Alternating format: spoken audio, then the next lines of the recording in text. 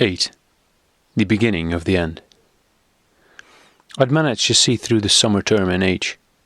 We spent nearly all our time in the garden by the river instead of in the house.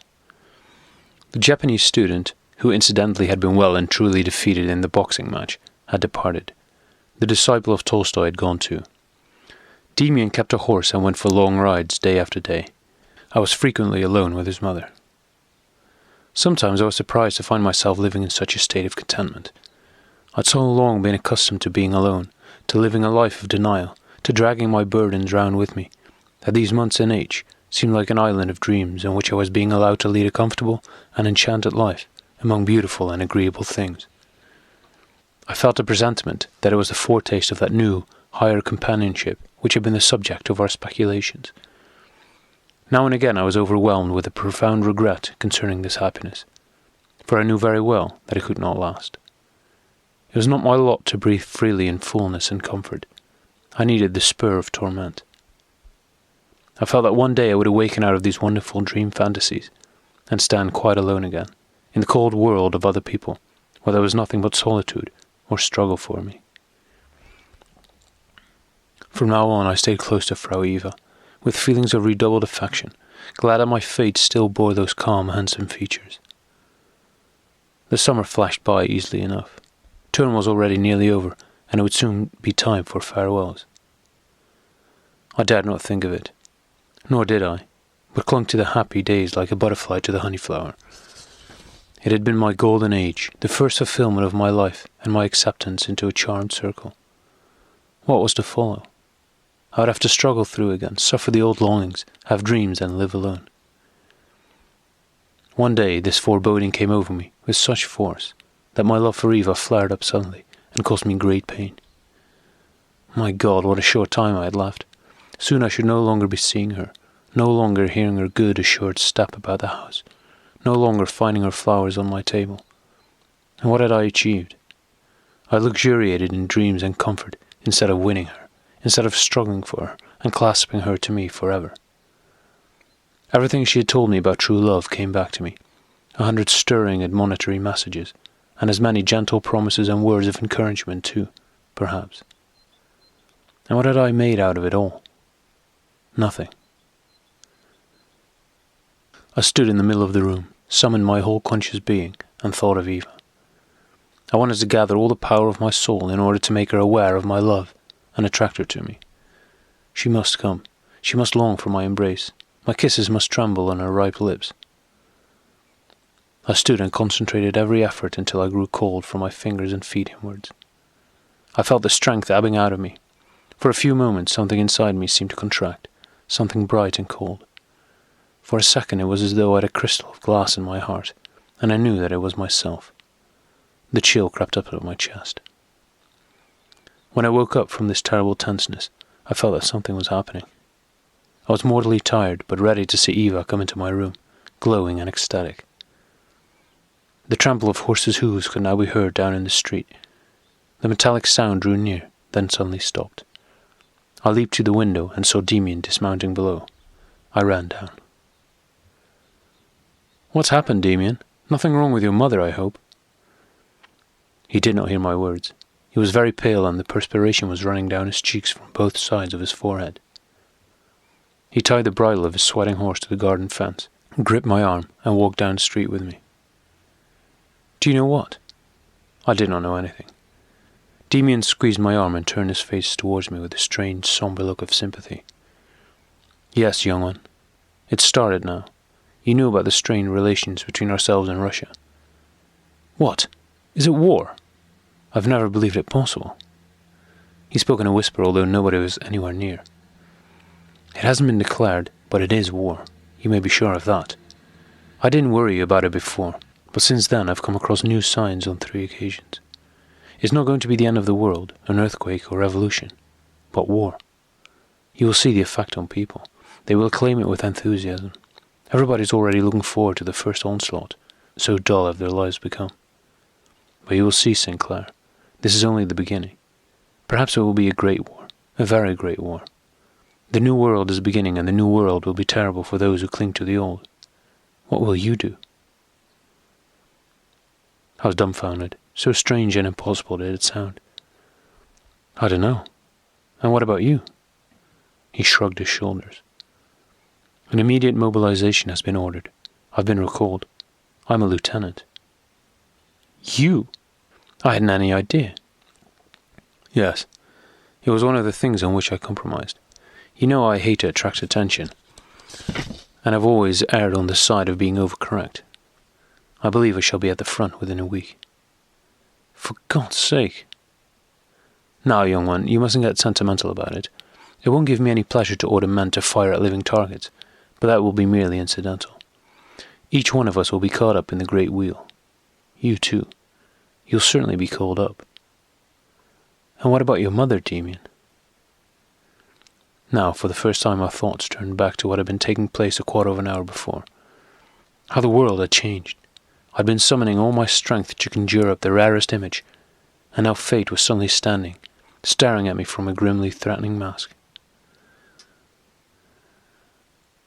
My mother? Oh, we don't need to have any anxiety about her. She's safe, safer than anyone else in the world. Do you love her as much as all that? You knew it then, Demian? He laughed a cheerful, unconstrained laugh. Little boy, of course I knew. No one has ever called my mother Frau Eva without loving her. How did it happen? You sent a message either to me or to her today, didn't you? Yes, I did appeal. I appealed to Frau Eva. She was aware of it. She suddenly sent me away. I must go to you. I had just been telling her the news about Russia. We turned back and did not say much more. He untied his horse and mounted. It was in my room upstairs that I first realized how much Demian's news, and still more the previous strain, had exhausted me. But Frau Eva had heard me, had conveyed the message of my heart. She would have come herself, if... But how strange it all was, and how fundamentally beautiful.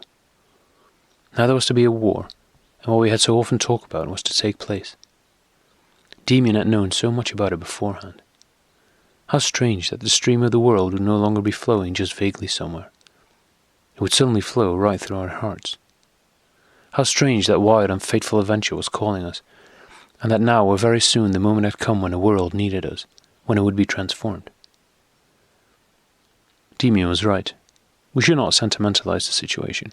The only remarkable thing was that I was now to share my lonely fate with so many other men, with the whole world, in fact. So much the better. I was prepared.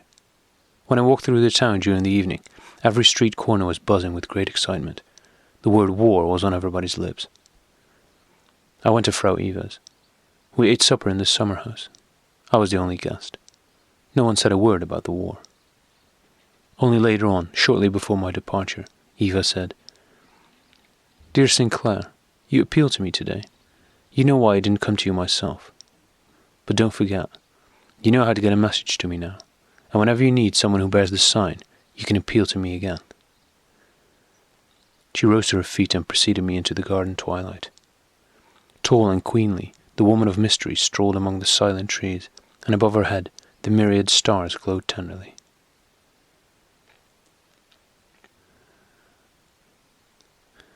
I'm coming to the end of my story. Events ran their rapid course. The war came soon, and Demian, wonderfully strange in his uniform with his silver-grey cloak, left us. I accompanied his mother home.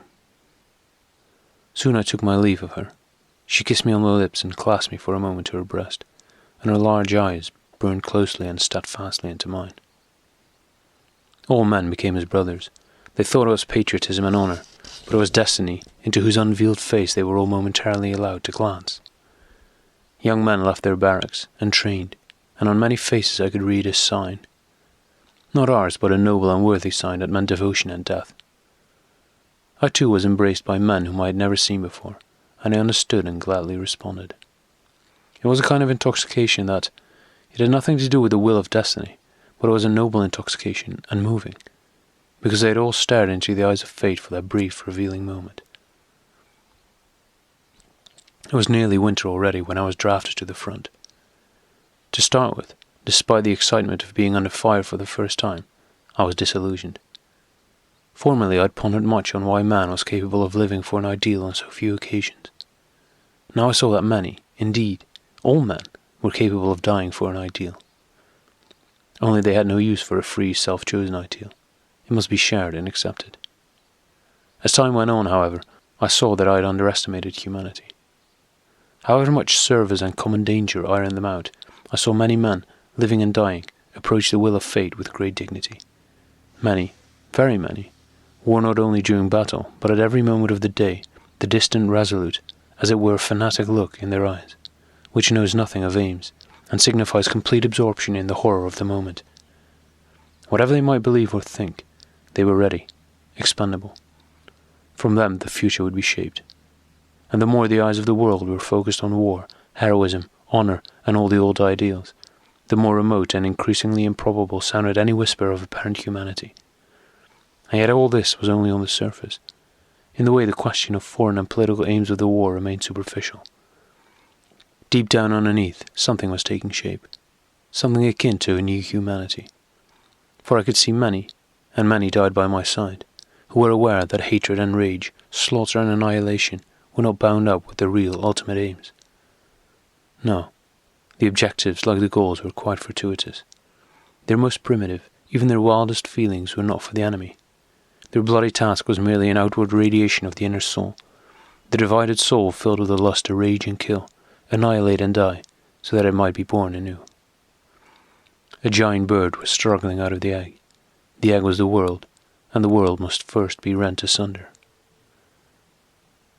One night in early spring I was standing in front of a farm which we had occupied.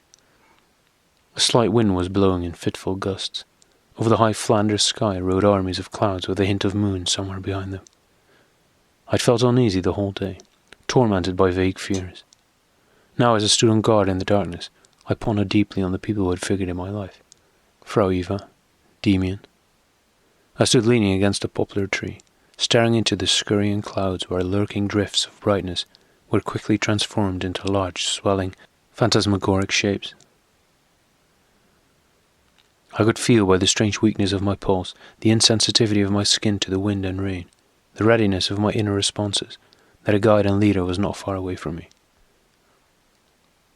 A great town could be seen in the clouds, and out of it poured millions of men who spread in hosts over vast landscapes.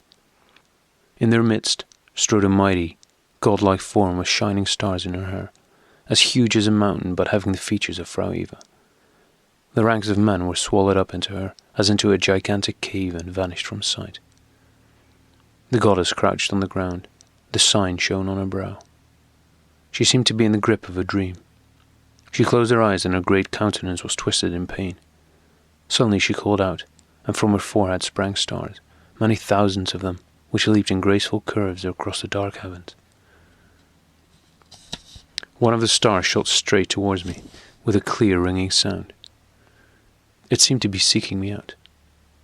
Then it burst with a roar into 1,000 sparks, bore me aloft and cast me down to the ground again. The world was shattered above me with a thunderous roar. They found me near the poplar, covered with earth and with many wounds. I lay in a cellar, shells roared over me. I lay in a wagon and staggered across devastated fields. Mostly I slept and was unconscious. But the more deeply I slept, the more strongly I felt that someone was drawing me onwards, that I was held in tow by some force that had mastery over me. I lay in a stable on straw. It was dark. Someone had trodden on my hand, but my inner self still pressed forward, and I was drawn on more forcefully than ever. Again I lay on a wagon, and later on a stretcher or a ladder. More urgently than ever I felt I was being summoned somewhere, and that I must finally get there. Now I was at my goal. It was night. I was fully conscious. I just felt an irresistible inner urge. Now I lay in a room, in a bed on the floor. I knew that I had reached the place where I had been summoned. I glanced around me. There was another mattress close to mine, occupied by someone who now bent forward to look at me. He had the sign on his forehead. It was Demian. I could not speak, and he either could not, or did not want to. He was content to look at me. The light from a lamp hung above him on the wall, played on his face. He smiled at me. He gazed into my eyes for what seemed an infinity of time. Slowly he edged his face nearer to mine until we were almost touching one another. "Sinclair," he whispered. I indicated with a glance that I understood him. He smiled again, almost as if in sympathy. "Young one," he said with a smile. His lips were now quite close to mine. Quietly he continued to speak. "Can you still remember Franz Kromer?" he asked. I blinked my assent and even managed to smile. "Listen, young Sinclair, I've got to go. Perhaps you'll need my help against Kromer or something else. If you send a message, I shan't come riding crudely on horseback or by railway train next time. You'll have to listen to your inner voice, and then you will hear me speak within you. Do you understand? And there is something else. Frau Eva said that if things ever went badly with you, I was to pass on a kiss from her which she gave me. Close your eyes, Sinclair." I closed my eyes in obedience. I felt the brush of a kiss on my lips, on which there was a bead of blood that never seemed to diminish. Then I fell asleep. Next morning they woke me up. I had to have my wounds dressed. When I was finally properly awake, I turned quickly towards the mattress next to mine. A stranger lay on it whom I had never seen before. The dressing was a painful business. So was everything else that happened to me afterwards. But when on the many such occasions I find the key and look deep down into myself, where the images of destiny lie slumbering in the dark mirror, I only need to bend my head over the black mirror to see my own image, which now wholly resembles him, my friend and leader.